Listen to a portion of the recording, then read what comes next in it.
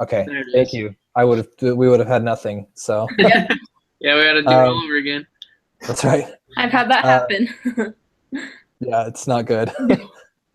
Okay, so far in this course, we've seen a few common threads and takeaways. Founders matter. Experience, passion, and vision shape the business and can make the difference between success and failure. Business plan at the founding stage of a company is a collection of hypotheses. In other words, guesses. Startups create value by systematically testing hypotheses and making changes to the plan when the test results indicate a need to change.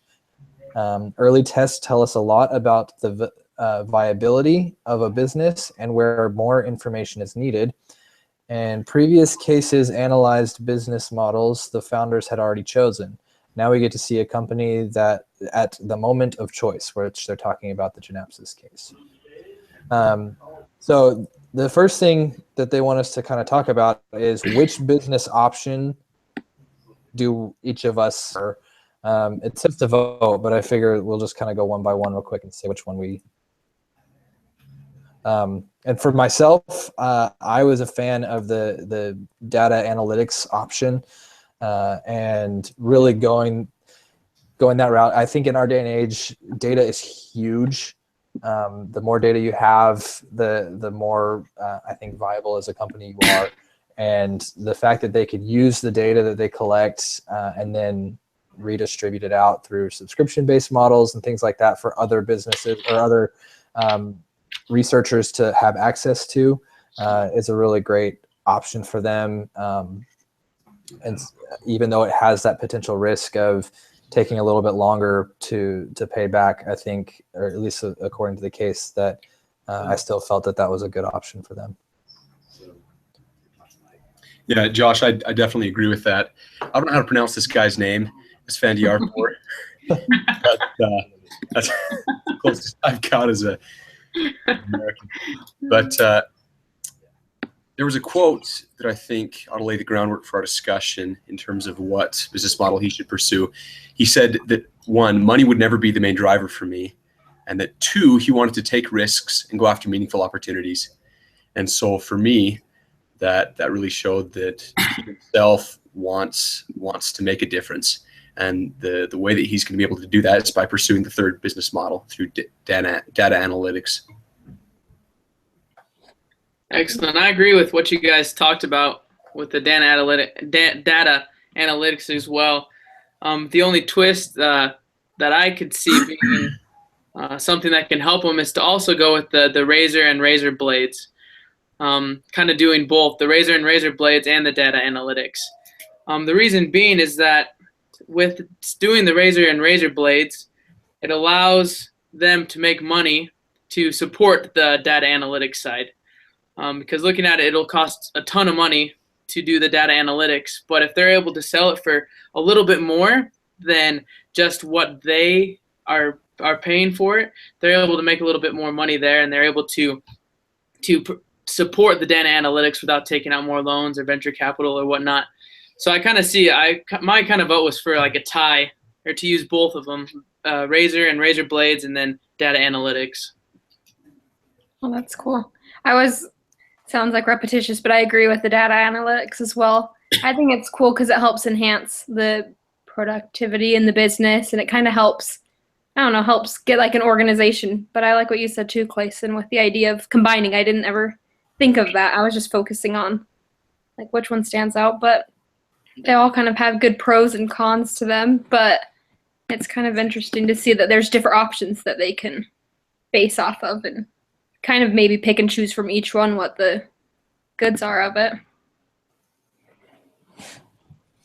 Yeah, I agree, Clayson. That is a good point of kind of combining the two. If I had to choose something other than the data analytics, it would definitely have been the razor blade approach. Mm-hmm. Because that's another business model that I see a lot today of we'll get you involved, we'll get you the base thing, whatever it might be, and then we're going to get you for these reloads that you're going to need to be in order to use it. And so that's proven to be successful recently. And so I think comparing or combining the two is not a bad idea, not a bad option at all. Just to kind of touch on the traditional strategy, I think that there were good things about it. The fact that it already had a proven customer segment, like they kind of knew where they could go and attack and things like that. But there was that risk of their competition, the existing competition, just kind of going, oh, well, we'll just lower our price until, and so I think that was kind of where I felt it wasn't going to be as successful. Any other thoughts on those business model ideas at all? Going back to what you said, Josh, about the first option to sell to existing customers, it definitely would involve the least amount of risk. But of course, like as Fendi Arpour said, he doesn't really care about risk. It's something that he's willing to take. Their main fear for that option was that they'd undercut prices of competitors' products, that their competitors would significantly reduce their prices to drive GynapSys out of the market. But GynapSys is already producing their products so cheaply that I don't think their competitors would stand a chance at driving them out. And so it definitely has its merits, but I think either choosing the third option or a combination of the second and third would be most viable. Agreed. Yeah, and you actually made a point earlier, Nathan, that I forgot to touch on, with what he had talked about, how money wasn't the issue for him and risk. He wanted to take risks. That was my big reasoning again for the data analytics. The case said, oh, well, it's risky. Your investors, you're going to need really strong, powerful investors. That's what he wants to do. This guy wants to build something that's going to last. It's going to be different. It's going to be unique. And provide unique experiences for people. He said that they could potentially become the Google of genomics. I can't remember the exact quote, but basically, genomes. Yeah, Google of genomes. Yeah, and so like that's what he's wanting to break the mold and to have something new and unique. And so I think that's why I would go that route if I were them, and I think that they probably ended up doing that as well.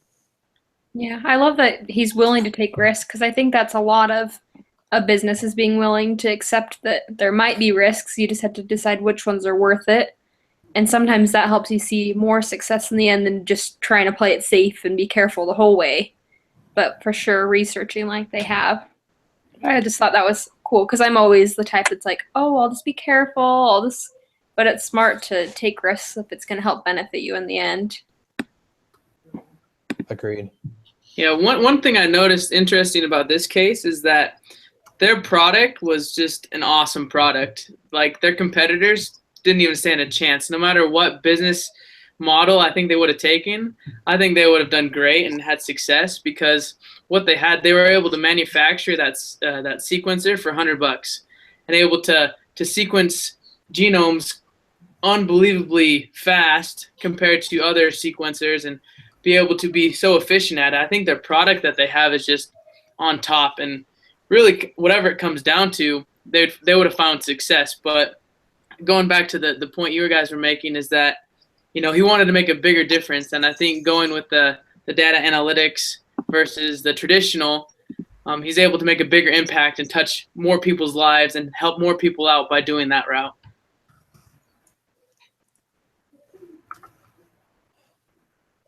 Thank you for those comments, guys. I was just kind of looking ahead to see one of these other questions. So this was kind of along the same lines, but it provides a unique twist from an investor perspective.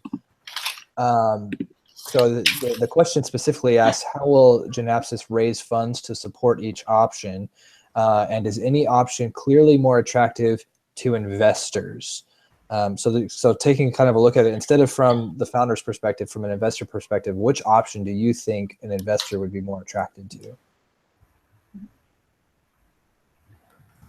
That's a lot. That's different to think about than the person behind the business, just because they may not want to invest in something that is risky if they don't know what outcome, because they want to be able to invest in something that they know will be successful. So that would be harder to decide what you would want with being the investor of it. we're all able to figure out the cash flow model tool, the Excel document that was part of it. Because I was kind of playing around it. I watched the tutorials, and I don't know if I fully understand it. So does anybody have like a good firm grasp on it that maybe wants to share like kind of their thoughts on how that was working to estimate cash flow and like payback period, basically, I guess, for how quick somebody might be paid back based on those tools there? I'm the same as you. I'm kind of on the border of understanding it. Yeah, I was the same thing too. The thing I found to be most helpful for me was just the graphs that were there, Mm-hmm. kind of just showing the cash flow of the different models. It kind of gave me kind of a visualization of the cash flow for each decision. So that's what helped me the most. But I'm kind of in the same position you are. I was kind of confusing and a little difficult to understand. Nathan, any thoughts on that? I understood about the first half, and then the second half was more guesswork. I really like the cumulative cash flow statements, mostly for that one graph that showed that for each alternative, you'd have to go further and further in debt. In other words, you'd experience more risk, but Right. the more risk that was involved with each option, and the greater rewards you could have. And so for the first option, there was minimal risk. You wouldn't have to do so much financing, but there wasn't as much reward involved. Versus the third option, data analytics, there's a lot of risk involved, but there's also huge rewards. And so in terms of which investors are looking for what options, investors that aren't too fond of risk would probably respond better to the first option, versus investors that are really looking to get a bang for their buck would probably go with the third option. Yeah, I totally agree. And I was kind of there as well. The first half of it made sense to me. Then after that, it didn't. But yeah, seeing the different, from an investor perspective for me, like you were saying, Nathan, less risk means there's more chance that I'm going to get my money back. But so I think for what they need to do, they need to try and find investors who are as passionate about the genome process that they're even presenting here, and or two, A or B, that the actual the excitement of possibilities that are there. I think even in the case, it talked about investors needing to be patient, but if an investor truly wants to change the world, I guess you could say, in a sense, to really change the paradigm on what's going on with these genome mapping machines, that third option would be very attractive to them as well. So. Yeah, I think it has a lot to do with long-term versus short-term as well. And depending on the investor, some investors want quick return, some are more bigger picture. So I think, data analytics is definitely more long-term, and then the traditional is more short-term. And it all comes down to the investor. Are you willing to be patient and wait 20 years before you get a fatty return, or are you want 1 in 2, 3 years, you want your return back? So. Exactly. Any other thoughts on that at all? Madison, I know you were saying you needed to leave at about 10:02. Are you itching like you need to leave here? I probably should go. I feel bad leaving so early, but I'm glad we could meet for a little bit. That's all right. That's fine. Yes. No problem. Okay, you guys have a good rest of your meeting, and I will talk to you next week when we meet. All right. Sounds good. Okay. Bye. I guess now we can spend a couple of minutes kind of looking back at some of the older cases, which I didn't know we were going to need to look back on them for this case discussion. So forgive me if I'm not super prepared for that. Right there with you. So, yeah, I opened up this discussion assignment, and I was like, oh, those are all old cases. Let's see. Discuss as a group what strategies have we seen that flatten or lengthen the cash flow curve. For Dr. John's products, Rent the Runway, and Dropbox, as they were described in the cases.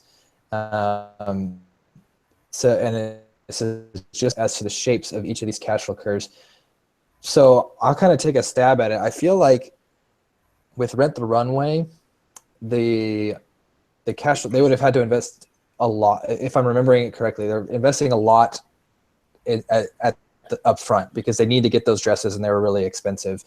But then once they have them in their inventory, the cost of keeping them is not super significant. Then and so they're able to just turn that into positive cash flow pretty soon. With Dropbox, again, forgive me if I'm wrong, but I feel like they did have some costs that were pretty expensive up front, but then after that, they were able to turn it positive cash flow pretty quickly. And so, but not, I feel like Rent the Runway would have had more risk in the beginning versus when they were finally able to break even and go positive. Does that sound right to y'all at all, or am I totally off base? Yeah, I follow you. And yeah, I think that's pretty much right on. And looking at the other one, Dr. John's products, which was that was the spin brush. Mm-hmm. I think that one was probably more long term, because they would manufacture their products for cheap and then they'd sell it for cheap. So I think their initial down was I don't know, average down, and then gradually increase. More so long term compared to Rent the Runway and Dropbox, because they're not making so much profit to their items that they're selling. Yeah, I definitely agree. And of course, we're dealing with different amounts of financial capital with starting each of these businesses. I think this company, GynapSys, probably started out with the most money, maybe next to A16Z and Andreessen Horowitz.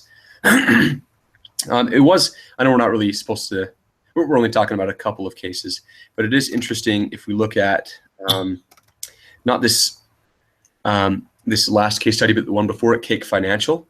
That was an example of something similar to data analytics, where they'd raised some money up front, but not enough. And that was more of a long-term payoff because they had to take so much time to develop the website, and they had to take so much time to be able to link that website to different investment firms. And so that would probably be the most similar case to what we're looking at right now. Yeah, I totally agree with you. Actually, I hadn't even thought about that because, again, they just mentioned these three cases, and so yes, I agree with that. The length of time for payoff is similar to those, and then it does want us to kind of quickly discuss. It says what would happen to Dr. John's if they had decided to build an independent company rather than get acquired, and what activities would John have had to do differently? And so I think, Clayson, this kind of goes to your point that it was going to take them longer to pay back because they were developing cheap, but then selling for cheap. If they hadn't been acquired, I feel like they would have had to probably make a sacrifice in one area and probably sell for a little bit more to be able to start earning money quicker if they hadn't sold the business itself. So I don't know. Do y'all agree with that or no? Yeah, I agree with that one. Yeah, it's because they were acquired, they're able to increase the revenue. They were able to pay back their debt, pay back their loans, whatever they had, and they were able to be in the green a lot better and a lot more. But if they would have done their own thing, just like you said, it would have been more long term. Would have took them a lot longer to get on top and to actually start making money. Yeah, in terms of acquisitions, of course, looking at Cake Financial, they had to sell out based on how much their assets were worth. But when you're acquired, then obviously somebody's going to pay you not only for what your company's currently worth, but what they perceive will be the future worth of the company, because they're trying to take you out of the market so that you're not a competitor anymore, steal that market share back. And so with the case, we're talking about Dr. John's spin brush. And so it being acquired, would be a great payoff for investors, because anytime a company's acquired, then they're going to make a lot of money. So that would be a very nice short-term investment. Versus if you were to continue to run the company himself, then it'd be more of a long-term investment, a little riskier. Agreed. And then this last point, to kind of make the same analysis for Rent the Runway, one of the things that they tried to do in that and were not able to do, they weren't successful, is they were trying to work with the designers to be able to say, okay, we're not going to buy the dresses from you, we're going to rent them from you. So the designers were going to retain ownership of the dresses, is what they were trying to convince them to do, and then rent them out that way. But the designers didn't want any part of it. They're like, no, you got to buy them from us. But if Rent the Runway had been able to convince the designers to retain that ownership, that would have lowered the cost significantly upfront for what Rent the Runway would have had to put forward, so that they could just have dresses to rent, which would have created a quicker turnaround of positive cash flow. So it asks shallow, deepen, increase. So basically, it would decrease the time to payback, I feel like, if the designers had retained that ownership of the dresses. Yeah, that's for sure. It would definitely decrease the payback time, and the burn rate. If you remember the graph, the burn rate will be a lot less. They wouldn't be investing as much money as they would the other way. So.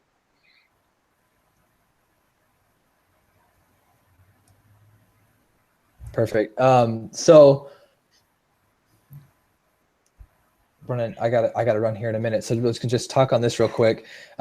If we were in, I don't know how to say their names, but these founders' shoes and the investors, as a group, I think we all kind of felt like data analytics was the way to go, with a combination potentially of the plan. What I think as a group, it says to come to a consensus. Do we feel like one of those options is better than the other, or combining the two versus just going down data analytics route? I'm open either way. I feel like both of those options are good options. Yeah, I'd say definitely go with genetic data collection with razor and razor blade pricing, and in addition to partner with a company like Google or Amazon that could help GynapSys get their website up and running. So that would cut down on costs, be able to tap into some intellectual resources, work with some people who had had a lot of experience with storing data online. Yep, I agree 100% with what Nate said. Kind of doing the hybrid, doing a little bit of both, and then getting those outsourcing different things. That way, the initial burn rate and the cost of starting this genius product will be a lot lower, and be able to increase revenues and be able to reduce the payback period. Because I feel if we just do data analytics, the payback period will be a lot longer. Versus if you do with the razor and razor, the payback period will be shortened, and you'll be able to make a little bit of revenue a lot faster. Sure. All right. Any other thoughts that we want to go over real quick at all? A question for do we need to turn in that data spreadsheet that we're supposed, with all the graphs and stuff on it? And I had the same question. Do we turn that in or no? I honestly don't know. I did turn in the like case analysis, those questions that we kind of go over. I did turn that in. I didn't see anything that said we needed to turn it, because I didn't either, so I just wanted to double check. Just from looking at it, it looks like the Excel document was created for like an actual live class, because you're supposed to print something off and bring it to class for discussion, and none of those questions really were what we would discuss here, or we discussed them here anyway. So I don't feel like that's something that we needed to turn in. That sounds good. I could be wrong, but yeah. And then I did want to say, do we want to rotate kind of meeting? I don't mind doing it, but I also don't want to feel like I'm kind of taking control of it. So I don't know. I think rotating would be good. Okay. If we just pick a different person. I did it last week when you weren't there. Right. But I think rotating would be good. That way it'll give different people a chance to lead the discussion. That way you're not doing all the work, and we just sit Sure. back and chill. So Yeah, I can facilitate this next conversation. Are we going to shoot for Friday or what? What time works best? I don't think we have another case discussion this week. yeah, Really? This week we have it's a case write-up where like we're a kind of paper. looking back. Yeah, we're looking back and we're writing like an essay based on previous cases and like information that we've learned. Okay. I guess next Tuesday then. And so we just have those discussions next Wednesday. next Wednesday. Yeah, Yeah, Okay. next Wednesday at the same time, 2:30. Is that yeah. what We can do it at 2, even if we wanted to. If you guys got stuff on Tuesday at 3, we could do it at 2. Yeah, let's do that. That can be. So yeah, so Nathan, if you want to take charge of that next week, that'd be awesome. Okay, you bet. All right, cool. Well, we'll plan on that then. I'll post a link to this. I'll email it to you, and then I'll also post it in our discussion board that's on there. So. Sounds good. Perfect. Thank you, Josh. All right. Thanks. We'll see y'all next week. Yeah, Have a good one. All right, bye.